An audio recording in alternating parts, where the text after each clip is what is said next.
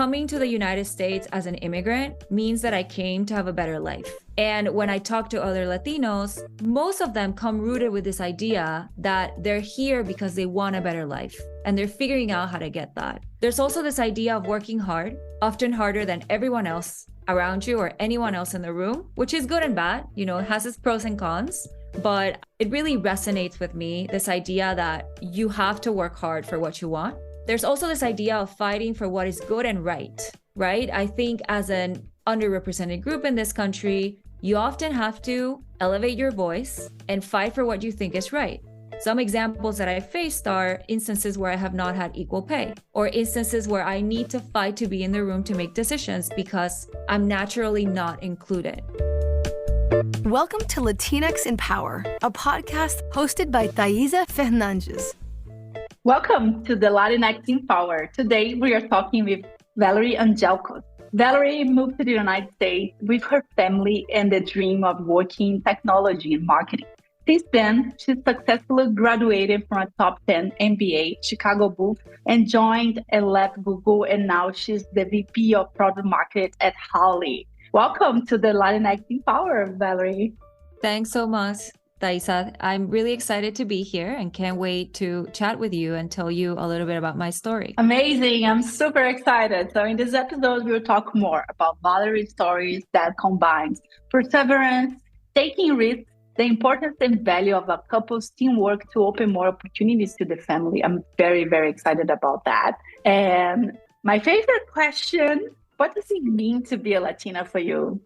So for me, being a Latina is being part of a larger community that is rooted in a very strong culture. And the way I define it is that we are a complex mix of races, traditions, and experiences. And we care for our people and we work tirelessly to do what must be done to help each other. And those are really the values that I identify with and why I'm always very proud to say that I am Latina everywhere I go or to everyone I meet here in the United States. But what's interesting is that before coming to the United States, my identity was really rooted on being a Panamanian. I am from Panama. I was born and raised there. I love my country. I've always been proud of it. And I continue to be very proud of it everywhere I go and represented Panama just everywhere I go. But when I came to the US, is the first time that I felt othered or that I felt like I didn't belong. And it was very hard to find communities of Panamanians here because we're such a small country. We're not a lot that are abroad. So I realized that I needed to just become part of a larger community. And naturally, I was attracted to the broader Latino community that I found at business school at Booth and then at Google, which really helped me gain a sense of belonging and finding kind of a home where I could feel safe and where I felt heard. So I naturally gravitated toward these groups. And since I moved to the States, I've always tried to find that Latino pod that I can be part of, whether that's at work or in my personal life or in business school. Like I really force myself to find those communities. So I always feel that I have someone that I can rely on because ultimately we moved to the United States alone as a family. So we don't have family close by and we have made friends, but of course we don't have, that strong ecosystem that we would have back home at Panama. Beyond physically being part of this community, I feel that I share a lot of the values that I think this community represents. So for example, coming to the United States as an immigrant means that I came to have a better life. And when I talk to other Latinos, most of them come rooted with this idea that they're here because they want a better life and they're figuring out how to get that. There's also this idea of working hard, often harder than everyone else around you or anyone else in the room, which is good and bad. It has its pros and cons. But it really resonates with me, this idea that you have to work hard for what you want. There's also this idea of fighting for what is good and right? I think as an underrepresented group in this country, you often have to elevate your voice and fight for what you think is right. Some examples that I faced are instances where I have not had equal pay, or instances where I need to fight to be in the room to make decisions because I'm naturally not included. So these little things, I think, ladder up to this idea that I continue to fight for what is good and right. And then the last two, one is taking care of your loved ones. I didn't come to this country alone. I came with my family. And for me, first and foremost, is the idea that we as a community need to take care of others. And the last, which is the most fun one, but I do think it represents my identity, is this idea that our culture is rooted in music and food and just the idea of being together. And I think that is very powerful, and that helps me continue to feel like I belong to a space, even though I'm not in my home country anymore. Incredible. You've touched a lot of really important things. I think for me, I see myself on those processes. At least for me, it was a process, right? Coming to the US 9 years ago, feeling alone, feeling, oh, I'm the only one or part of one of the few, and like building my career from scratch, but at the same time, not having someone that I could feel inspired, and then finding the Latinx community. In my case, was specifically the Latinas in tech community, and thinking, I want to be like her. She's succeeding. She's in a big tech. She's doing whatever that I want to accomplish as well. I want to learn with her. And I think it was a process where feeling alone, finding your community, and then feeling strong enough where I could fight for things that I believe that I needed to fight, equal pay or discrimination, or seeing someone out there not having a voice and trying to advocate for the other person. But I think it was a process where maybe you're like slowly gaining power and having your community, and then you can do the things that are important to you. But I love everything you said. Yeah, thanks for that. I totally resonate with that. I agree that it is a journey. And I think the interesting thing is that I did come here with my family, right? So I wasn't completely alone, but it doesn't change the fact that even as a family, we felt we only had each other and we had no one else. So I think this idea of community, regardless if you're alone, if you come with a partner, if you come with kids, continues to resonate as an immigrant in the United States, because you're only gonna thrive if you feel you belong somewhere and you feel you can rely on others. And I think that's a learning that I've had the last 7 or 8 years that I've been here in the United States, that it's very hard to do things alone. And I think that Latinx community just brings that special place where you can feel supported and you feel you can achieve more and you can feel inspired by other people. So 100% agree on what you just said. Yeah, totally. And I love this feeling that we have with family, but I try to build with my friends as well, like be able to go to your friend's house and kind of know where the things are. You know, if you're hungry, you know where you can find food, you're comfortable doing so, or like helping them. And I love this feeling. I was talking with some friends because I have a dog and most of my friends have dogs or cats. And then we were joking, oh, we need to make sure our pets are friends as well because they are family, you know? And sometimes you have that family member that you don't like that much, but you need to be able to be together in the same room, or maybe you love them and you're like joking about it as well. So I love this familiarity, and it comes with time, and it's a lot of work as well, right? I think we need to prioritize those things. Yes, 100%. And I think one of the things that really helped me, so I went to business school first. I spent 2 years there, and then I moved to the Bay Area to come to Google. And one thing that really helped me settle was that there were a lot of my business school friends that moved to the Bay Area too, specifically a group of Latinos from Peru and Colombia and Spain, which eventually became my best friends here. And that community was very strong for me. We met each other every weekend. To your point, like we could visit each other's houses and like eat anything, help with anything. Then people started having kids. We started taking care of each other's kids. So like it started growing as almost this idea of an extended family, which I think is super powerful. And to be honest, it's like what has helped me feel comfortable where I am right now. Like that group and other groups. So that group specifically felt like that extended family that I needed here in case I had any problems, or I just wanted to be with someone, you know, and I felt very connected to them. And to this day, I still do. They don't live here. Most of them don't live here anymore, but we figure out ways to connect with each other. We visit each other, etc. But that was very critical for us to feel at home. I love that. That's amazing. And how did everything start? Can you give us an overview about your life and career? Yes. So as I mentioned, I am originally from Panama. I was born and raised there. My parents are also from Panama. So my second last name is Quintero. My first last name is Greek because part of my family came from Greece and migrated to Panama. But I really identify with my Panamanian self, as I mentioned in the beginning, versus like my Greek self. I think I'm purely Panamanian and I just have roots from other places. And I grew up there. And early in my life, I discovered dancing. So I danced probably since I was 12 years old in I call it like semi-professional dancing group. So we did a lot of work with brands and we did music shows and concerts and TV shows. And we were kind of that dance group that you always saw everywhere and everyone knew us. And that was also my first job. So I started earning money by dancing, and it really gave me a lot of independence and this idea that I wanted to be financially independent and figure out how to support myself very early. And then, I wanted to pursue a career in dance, but it was very hard for me to do that in such a small country with no resources. So I knew that that wasn't going to be my end goal, but I still did it almost as a hobby. And then I studied at college industrial engineering. And very early during that journey, we actually had a few corporations come into our college to recruit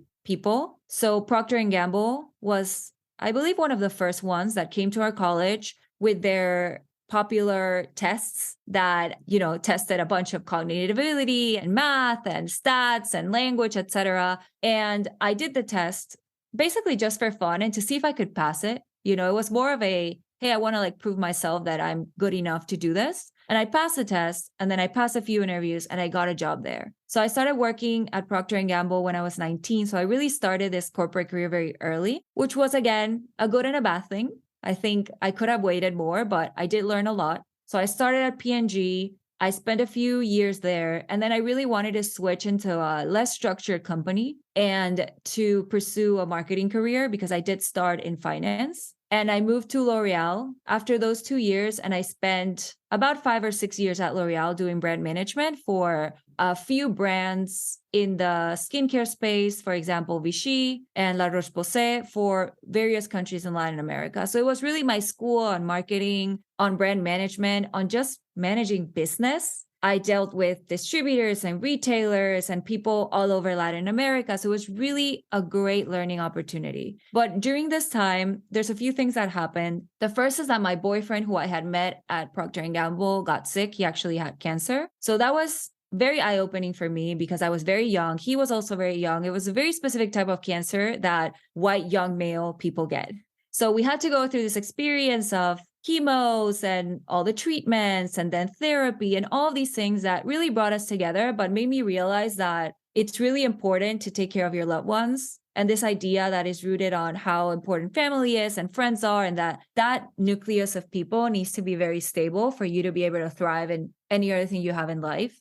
So that happened. And then a few other things at work happened where I was facing a lot of situations of discrimination and sexism. And I really felt very limited in what I could do in my career in that job. But then when I was exploring what else I could do, I realized after the cancer and after all these situations at work, that what really made me feel limited was living in Panama. I felt that it's a very small country that is not necessarily based on merit or hard work. There's a lot of assumptions made of you based on where you're from, what's your last name, who do you know, what school you went to. And I really wanted to move to a place where I felt my opportunities were bigger and I could thrive based on my merit and not all these things that I just mentioned. So that's when we made the decision that we really wanted to move to the United States. And I wanted to do that through business school because I felt that was a good way to land and have a community and then elevate myself to find that job that I wanted, which was doing marketing and tech. But in the middle of this,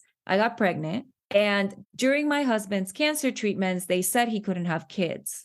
So when I got pregnant and we had these discussions, we said, okay, we're going to have this baby because maybe it's the only time where we could have kids, right? So we decided to pursue this, even though we were very young and we knew that it was going to disrupt this plan that we had to move to the United States. But eventually what we did is that we just moved everything 1 year after. I applied again to business schools once I had my daughter, Emma, and then I got accepted. And then we decided to move to the States in 2015. So the three of us went to Chicago. I went to go to business school. My husband started his own business.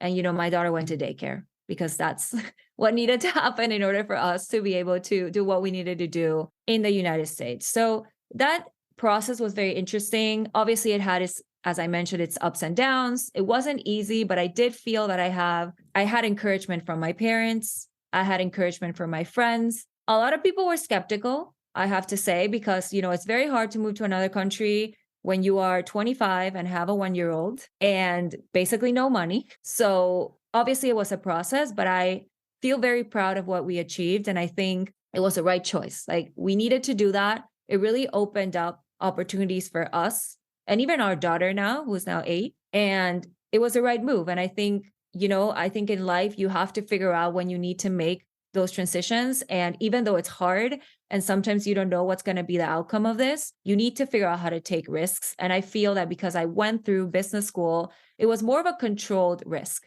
Like, we knew what were the outcomes. We knew what types of job I could get, what technically I could earn. So we have some idea of what could have happened. And I think that made us comfortable to make that jump as a family. Yeah, I love that you mentioned that it was a control risk. So everything was very well planned and strategized, and you both were okay with the risk, but it was something that suddenly you decided to do. And I love that you said that, because at least when I moved to the US, I think, I don't know, maybe us as humans, we tend to like those magical stories, right? Oh, someone moved to the United States, they didn't speak a word of English, and they found this job learning English, they are very happy. And I think I got attached to those magical stories. We had a plan, we were strategic, but then I think I didn't have a lot of like stories in my backlog, maybe, of folks who are like, no, I planned that. I was okay with the risk. And I have this plan A, B, or C. And it wasn't easy. It was actually very hard, but we made it and we are really happy now. So I love that when people share those like real stories. I know that the magical ones, they happen, but it's not the majority. They are, especially now, I think maybe they're not happening at all. I know. And I think like you have access to information, right? So like if you have access to information and you can make a plan, and many, to your point, we had plan A, B, C, D, E, F, anything. I think there's a better chance that things just happen the way you want them. And of course, like during this process, there were things that we miscalculated. For example, I didn't calculate properly what taxes were in California. So when I moved to California, the idea was that I was gonna, pursue my job at Google, and my husband wanted to continue in his startup. And then I got my first paycheck and I was like, wait, this is not enough for me to pay for our whole family. So we need to revisit this idea of the startup because we actually need 2 incomes. And it sounds very dumb now, but at that point in time, we had limited information. We didn't know people. I don't have a network here. So obviously, when we got my first paycheck, we were like, oh, we miscalculated this. This really changed our plans. And it doesn't mean that our end goal won't be the same end goal, but I think we had to shift our approach back then to figure out something that worked for us as people that have career goals and us as a family, because we still had to pay for the bills. So there's always things like that. But I do think my approach is generally like, we need a plan. We need to figure out where we want to go. And then we figure out how to get there. And that's how I've approached, obviously work, but like my personal life too. And at least it gives me more peace of mind that I can control a little bit more what's going to happen. I know some people love to just like go with the flow and we'll see what happens. I'm less of that person because I like to have a little bit more control. But I think so far it has helped me. We'll see what happens next. But so far, I think it has helped me get to where I want. I'm terrified of those people who just follow the flow. Like, I have a plan A, B, C, D. And yeah, even when you have a plan, I think, yeah, to your point, you have a surprise. I remember that when I moved, I was very lucky to come with a visa, and I applied for my permission to work. And I think the timing that they shared was 2 months. And then it took me almost 4 months to get mine, which means that I couldn't work for 4 months because I didn't have those permissions to work. And I think now it's even longer. So yeah, it's important to have those calculated risks. And to the point of living in the United States, did you always wanted to live abroad, or it was something that you find out after a while? So that's an interesting question, because the story of how I got to the US too is that when Panama has the Panama Canal, obviously, and the US owned the Panama Canal until 1999. So the US had a presence in our country. They had a piece of land they called the Canal Zone, which was basically owned and operated by the United States. That's how I define it. And what happened here is that my grandfather, for reasons I don't know, decided to join the army when they had a base in that Canal Zone, which gave him citizenship. So my grandfather basically gave us green cards. That's how the idea of coming to the States started, because I had sort of this tool to my advantage that, a lot of people are fighting to get. And I was like, okay, I have this. What do I do with this? And my mom was always pushing me to figure out how to come. We had an idea to come when I was in college, but we didn't have enough money to pay for college here. And I didn't understand the concept of student loans back then, to be honest. So if I had, maybe I had moved earlier. But back then we said, okay, it's really tough financially for us to do this. Why don't you continue your career here in Panama, and then we'll figure out how you get there. So there was always this seed planted on me that I knew that long term I wanted to be in the United States, but I was trying to figure out what was a smart way to do it, because I didn't want a huge student debt, although I then got it through business school, but I didn't want it that early in my life. I wanted to figure out how to move in a way where I felt safe and I felt part of a community and I didn't feel completely alone. So I waited a little bit. But to your question, it was always something I wanted. I think I was just trying to figure out the how. And the reason why I wanted it is because I wanted to expand the way I thought about things. I wanted to meet new people. I wanted the challenge of living in another country alone. Like the reason why many people decide to go somewhere else, it's pretty much the same. But I think once I had Emma, my daughter, it became a little bit different, because now it wasn't just about exploring and, oh, I think I could have a better life there, or I want to earn more money. It was really about, how do we all get better opportunities? And we really think that's the first step to get better opportunities. And maybe we'll end up in another country, who knows? But we do feel that what we're getting here is much better than what we could have gotten back home. Yeah, that's incredible. And which advice would you give to your younger self? Yeah, so there's a few things that I have thought about here. I think the first one is this idea that there's no need to rush. So I mentioned that my first job was when I was 19, and then I kind of hustled since then, and I have not stopped. And while it gives me some advantages, and I have learned a lot very early in my life, I also had a kid very young. So I kind of lived life quickly. That's how I would describe it. I think now I'm at a place where what I want is balance. What I want is to be able to experience and enjoy both my career and my personal life. And I think I would have had more of that earlier in my life if I had decided not to rush. So that's the first one. Like, you don't need to be, some people come here and say, I want to be CEO when I'm 30, and all these like phrases that are tied with age. I think now that I'm older, I realize that everyone has their own path.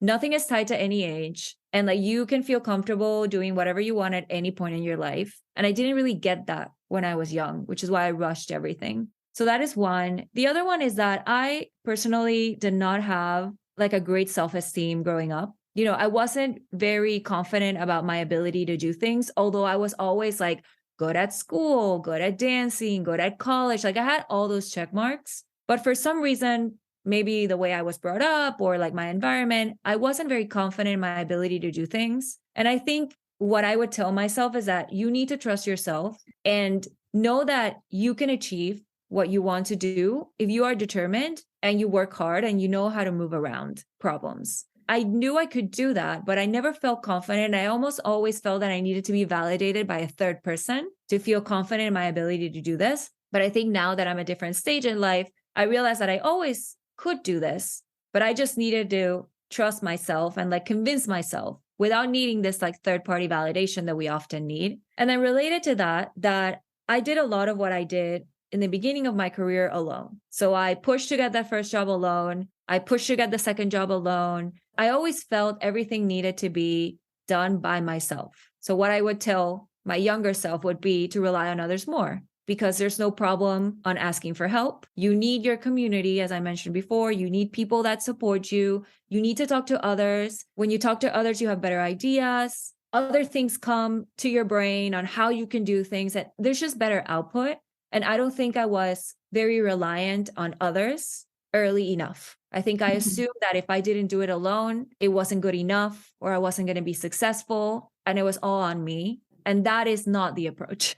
And then the last thing I would say is when my husband got sick, or my boyfriend, who is now my husband, and through this time that I've had a lot of challenges with family and friends, I realized too that I centered myself around my professional self too much. And that I think family and friends are really the core of everything. And you can have the best job in the world, but like if you're not with the people you love, it doesn't matter. So that is another thing that I would have changed, how to incorporate that idea that your family is a priority and your friends are a priority in tandem with your work. I think you can have both early on, so you can have this sense of balance that I mentioned at the beginning that I'm trying to get, which I could have gotten earlier if I had that approach. So those are a few things that I would tell myself. Yeah, incredible. I love this exercise of thinking about what would you say to your younger self. And I think it's a good reflection to make.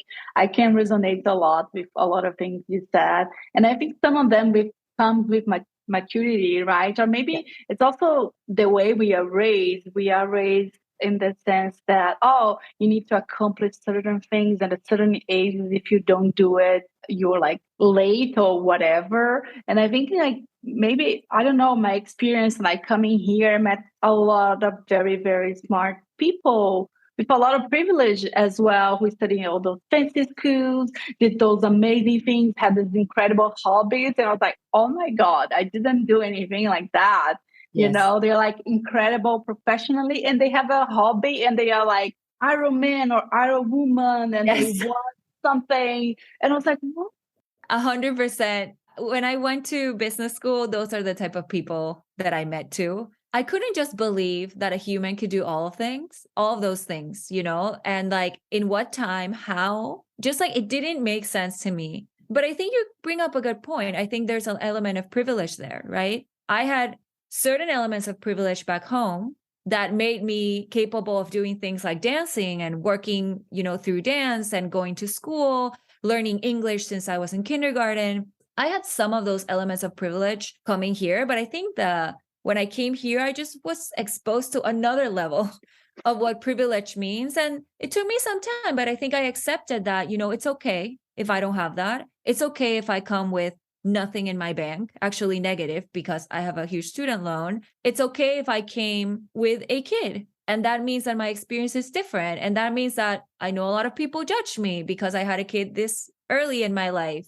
But it just means that, you know, our experiences are different. You don't require those things to be happy. I think that was my take after I digested when I met all of these people and I like compared myself to others, which we all do. It's not great, but I think we all do it. That it's just everyone has their own journey and it's okay. And it's okay if we don't have that privilege. We just have to find our path as an immigrant here. Yeah, absolutely. It's not about like being best or better or worse. It's a different journey. And yeah, this is what matters. And another point that you touched that I really like is this value your family and your friends as much as your career. So I think this is a big thing. I think maybe, especially in our context, working in tech, I think we tend to value a lot our careers and where we work. So I'm trying to prioritize other things as well now. I think I'm like in this journey as well. And another point that I really wanted to dive a little bit deeper, and you started to mention already, but as an immigrant, a lot of times, not only about ourselves, we have our partners and in some other cases, other family members with us as well. And we might need to help our other family members who are in our own country. So there's a lot of different ways that we feel connected and we help each other. So you talk about the importance of and value of a couple's teamwork to open more opportunities to our families. I would love to hear more about that. I think this is a very important topic that maybe we don't talk that much. Yes, 100%. So as I mentioned, I met my husband in that first job that I had. So we've been together for a while. And the way I describe it is that my husband and I are a real tight team. Like I always say that if one day we had a business, we would kill it. We haven't done it because we need to figure out how to work with each other properly. But we are very tight and strong team. And the way we interact is that generally, you know, we come up with a vision and a plan for something. whether that's, hey, let's move to the United States, or that's, hey, we need our daughter to learn math, whatever. It can be any level, but we are very good at sitting down and saying, here are the things that we want. And here is the path or multiple paths, because sometimes there's more than one path to achieve that thing, whatever that thing is. And then we break down the tasks we need to get there. And we work very well together in order to do that. So we always joke like that we use this hashtag like one team, one dream thing, because that's just how we operate. And I think, to be honest, like if I hadn't had that, I don't think my experience in the United States would have been as good as it is now, because we always rely on each other. We're not alone. When we have problems, we tell each other, we give advice to each other, whether that's a work problem or a personal problem or anything that's happening. And I think that is kind of the fundamental thing that I know has made us what I would consider successful, and why we're happy where we are right now. And as I mentioned, we do this every time we have a challenge. And that has kind of expanded to, how do we think about raising our daughter here? What are the opportunities that we want to give her? Where do we need to live within the United States to give her those opportunities? So we think about all these things probably on a weekly basis, because we know that where we are today is not maybe where we're going to stay. And as our lives develop and as our daughter develops, we need to figure out, how can we give her, with the resources that we have, the best opportunities she can get. So for example, our daughter is into competitive dancing now. She's very young, but she really loves dancing. And this has like taken over our life. So now as we think about, okay, tech is challenging, people are getting laid off, we don't know if we're going to have job security. If we need to move, we need to consider the dance environment as a parameter of where we're going next, because we need her to have a dance studio where she can thrive and she can continue to compete and she can continue to learn. So we think about all these little things when we think about just supporting not only ourselves, but also our family. And then it extends to our families back home, right? So my parents are back in Panama, his parents live in Guatemala. And although right now they don't need financial support from us, we are figuring out how to plan for that in the future, because we don't know what's going to happen, right?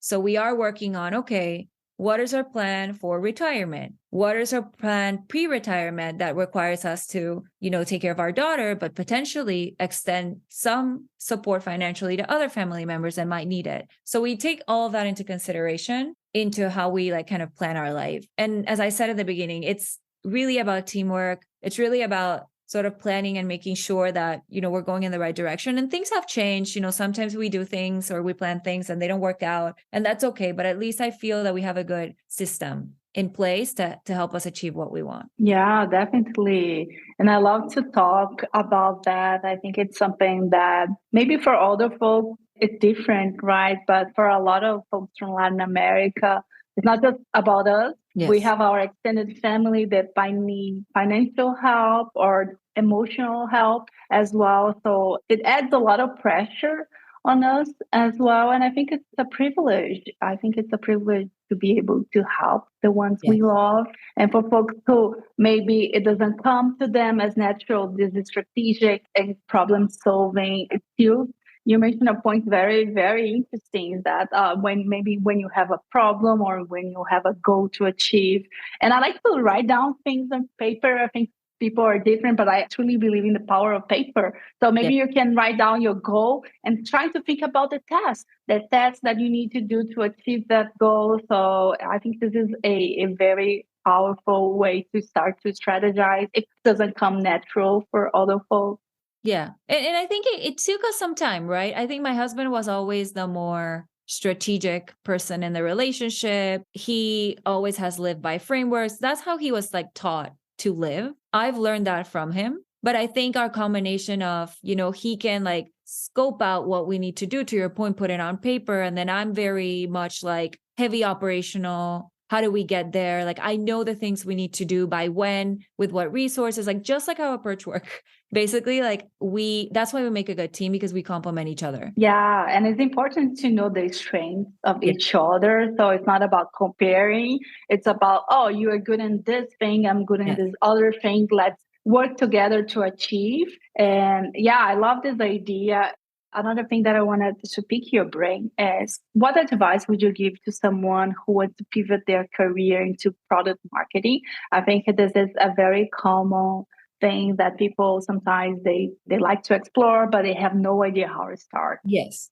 So I think it depends on what you did before, right? So I'll walk through maybe two use cases. One is maybe I am a marketer already. I worked in a consumer products company in Latin America, and I want to figure out how to get to marketing in tech, which is generally through product marketing, which is the most common role in tech. I would say that's the transition I see the most. And in that, I think what matters is that you figure out what are the translatable skills in your current role that you can bring to a product marketing role. And generally, a product marketing role has a few buckets basically on like what you do and what you're expected to do. There's an idea of what we call research and insights. So how can you ground your decisions based on your knowledge of a user? And in any marketing role you do, you always try to understand who the user is, what they want, whether that's through data or interviews, and not even in any marketing role. I would say, you have your podcast. You're trying to understand who's listening to your podcast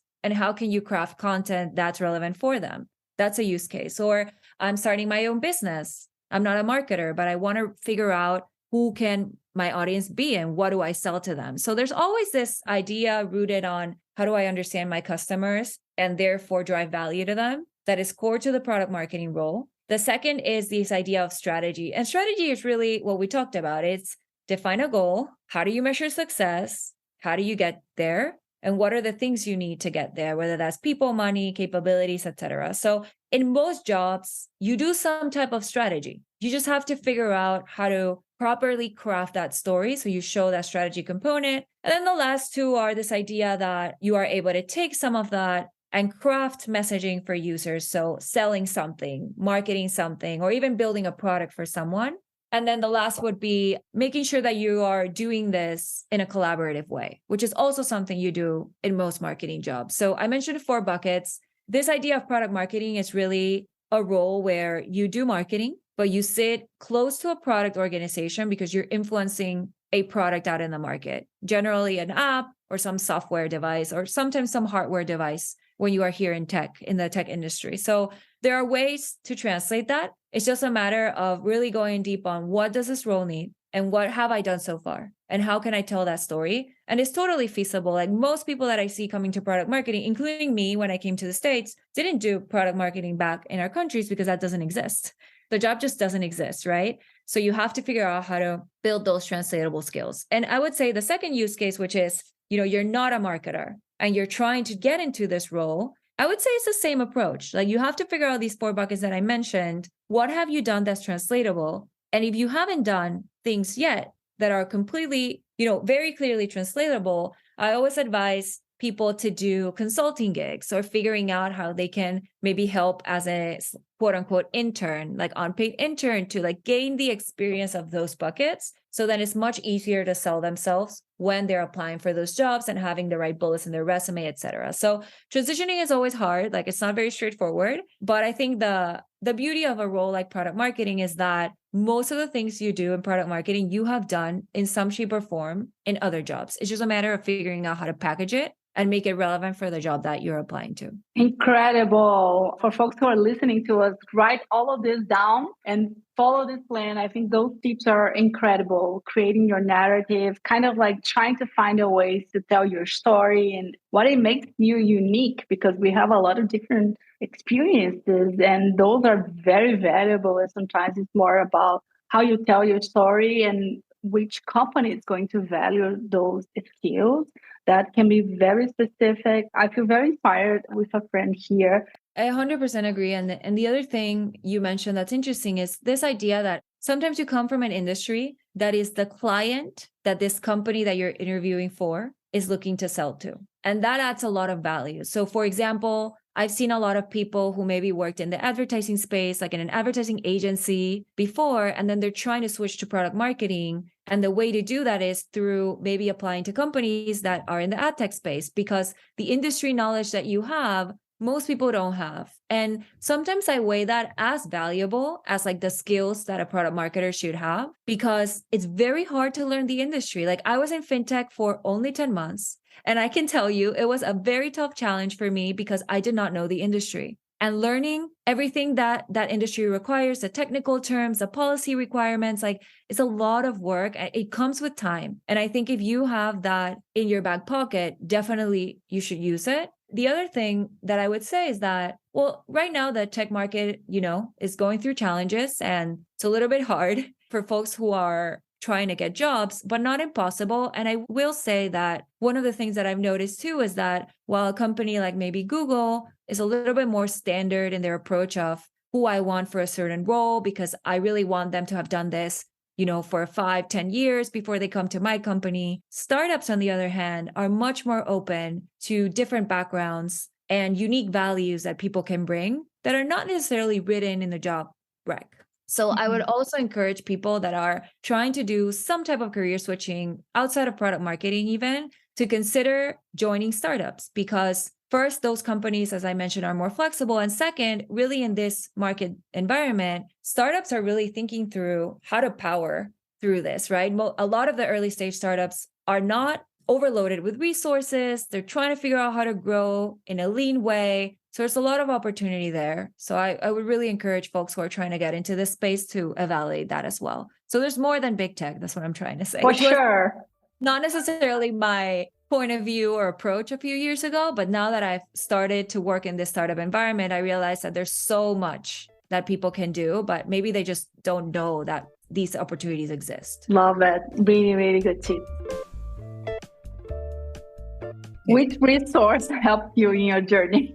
Yeah, so I really like reading about other people. So other people's careers or just other people's lives. So I do a lot of bios. So the two recent ones that I've done are the bio of Indra Nooyi, who was a CEO of Pepsi, and Michelle Obama. And I try to read bios of what I consider strong women, because I think it's very inspiring for me. I can see a side of them that maybe is not what's portrayed in the news, which is mostly about their business self. There's a lot of their personal careers, their family. How do they balance that? Because I have a hard time balancing family and work. So I always get inspired by this. So those are things that I would highly recommend. Sometimes just reading or like getting to know about others is inspiring in its own way and like sparks something on you that maybe you haven't thought before. I also listen to a lot of marketing related podcasts because it helps me just understand how others in the industry are thinking about problems. So one is CMO Moves, for example, where they interview a bunch of CMOs across the industry and like what their journey has been and what challenges they faced.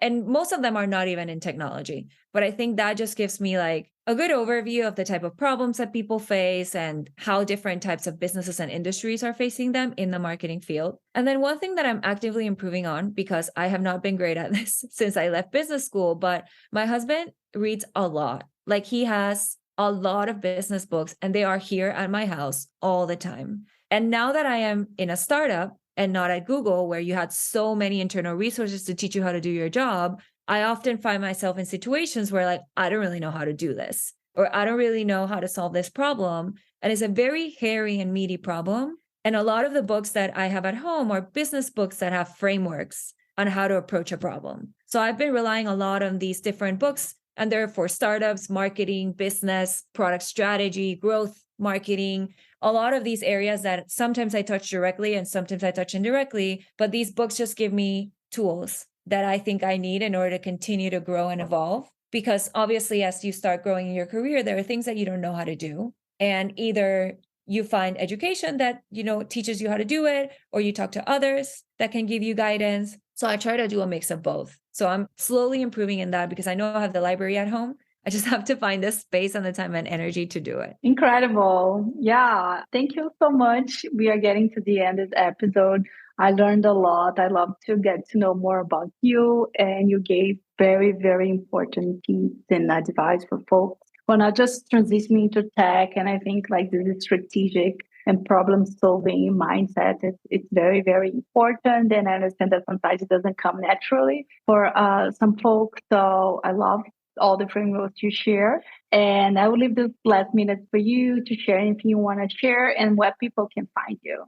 Yes. So again, thank you so much for having me here. I'm really excited about this and sharing my story and just the work that you are doing. Like, I love, as I mentioned, listening to other people's stories. And I love that you are focusing on the Latinx community and sharing our journeys, wherever we came from and wherever we're going. I think it's super powerful. And I love that you're doing this. And I wish I could see even more of this out there, because it's definitely, reading about people that I feel connected to, whether I know them or not, is really powerful. And it makes me feel that I can achieve more things in my life and makes me feel inspired. So first of all, thank you for that. As I mentioned, I know it's a tough job market. And for folks that might be listening to this and are trying to get jobs right now, again, highly recommend exploring startups. There's a lot of opportunities out there. Maybe it's a little bit out of your comfort zone, but what I am learning right now in a startup is probably more than what I have learned in the last 6 years. And it's really powerful. And yes, it sometimes feels uncomfortable. Sometimes I don't know the answers, but the fact that I am exposed to these things and I can learn so quickly, I think it's just a really good skill set to have and can help you in your career. So highly recommend that. And yeah, LinkedIn is the best way to reach me. I also have Instagram. It's my name and last name if you care to follow me, but most of that is just pictures of my kid. I think LinkedIn is more interesting. So if anyone wants to reach out, chat, just hop on a call. I'm happy to do that. So you can find me again through my first and last name, Valerie Angelkos. Awesome.